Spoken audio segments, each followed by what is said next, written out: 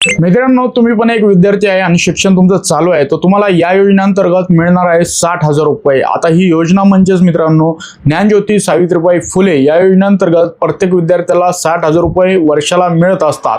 आता याच्यासाठी अर्ज कसा करायचा आहे, पात्रता काय राहणार आहे आणि कागदपत्र काय राहणार आहे हे जाणून घेण्या अगोदर तुम्ही जर आपल्या इंस्टाग्राम पेजवरती नवीन असाल तर लगेच फॉलो करून ठेवा आणि व्हिडिओ बघण्यासाठी आपल्या YouTube चॅनलला सबस्क्राइब करून ठेवायला लागेल। तुम्हाला आपल्या YouTube चॅनलची लिंक इंस्टाग्रामच्या पेजच्या बायो मध्ये बघायला भेटणार आहे।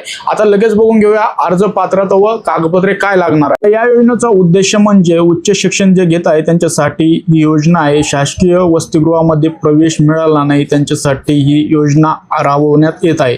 आता लाभ कोणाला मिळतो, महाराष्ट्राचा रहिवासी पाहिजे, ओबीसी व्हीजेएनटी एसबीसी प्रवर्गातील विद्यार्थी पाहिजे आणि 12वी पास मध्ये त्यांना कमीत कमी 60% पाहिजे आणि पालकांचं उत्पन्न 2.5 लाखापेक्षा कमी पाहिजे तरच या योजनेचा लाभ त्यांना मिळणार आहे।